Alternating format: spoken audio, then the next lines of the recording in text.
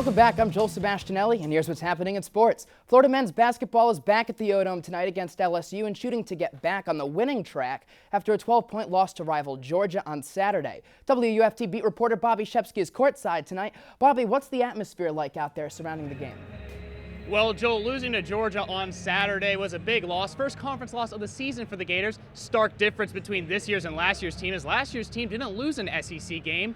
This year's Gators squad is starting 2 freshmen and 2 sophomore, very different than last year's senior-laden squad. Head coach Billy Donovan referenced this in a press conference yesterday, saying that players were going to have to fill those new roles. 2 of those players, Dorian Finney-Smith and Casey Hill. While they filled their roles, not all of the players on UF squad have quite improved to that point. You know, as much as I want the process to be fast forward, sometimes with these players, they have to go through certain things before they actually can really grow, develop, and become the player that maybe we envision, they envision for themselves.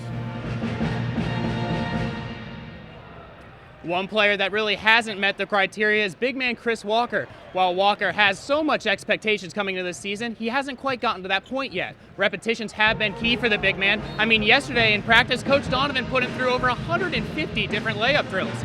Even though he did that, we'll see whether or not that has an effect on tonight's game against LSU. Back to you, Joel.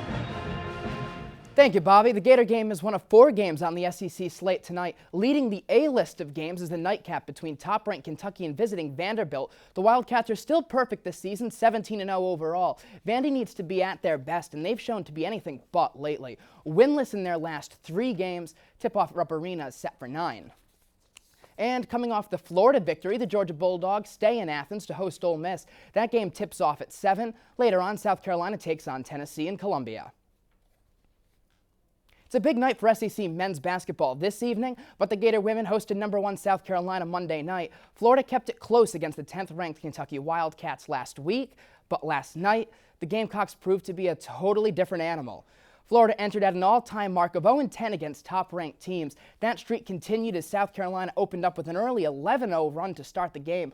Ronnie Williams did all she could. UF's leading scorer dropped 12 points last night. She was the only Gator in double digits, but South Carolina had 3 players in double digits and scored 20 points off of turnovers. Tiffany Mitchell scored a game-high 18, including this layup here late. USC wins 77-42. 2014 Western Conference finalist Oklahoma City is at a rough road in 2015 in patches without star Kevin Durant. But now Durant is back on the court, and OKC is back at 500, winners of 2 games straight. They head to the Sunshine State tonight to take on the Heat. And Miami is warming up too, coming off a 95-83 victory over the Kings. Miami has won 3 of their last 4 games, and they're in the hunt for a playoff berth.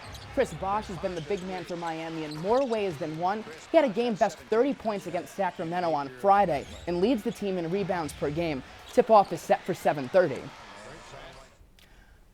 But that's enough basketball for one show. Let's diversify things a little bit. Some big news in the Sunshine State for football, specifically for the Jacksonville Jaguars. Former Bills head coach Doug Marrone is going to join the team as the assistant head coach and offensive line coach in 2015. So did this come as a surprise? It really did. He actually led the Bills to their first winning season in a decade at 9-7, but he's the one who opted out of the deal. He wasn't fired. He opted out. He was at the top of the list for the Jets and the 49ers and interviewed with both of them about their vacancies at head coach. They both chose to go separate directions, and now he winds up in Jacksonville. And what other vacancies need to be filled for this team? Well, it looks as though the final one is actually going to be closed. They still need an offensive coordinator, but Greg Olson, who spent the last 2 years with the Oakland Raiders, reports as of the last hour say that the Jaguars are actually going to hire him. So it appears as though their big vacancy on the coaching staff is now filled. Awesome. Thank you, Joel. And one last look at the weather after the break. Stay with us.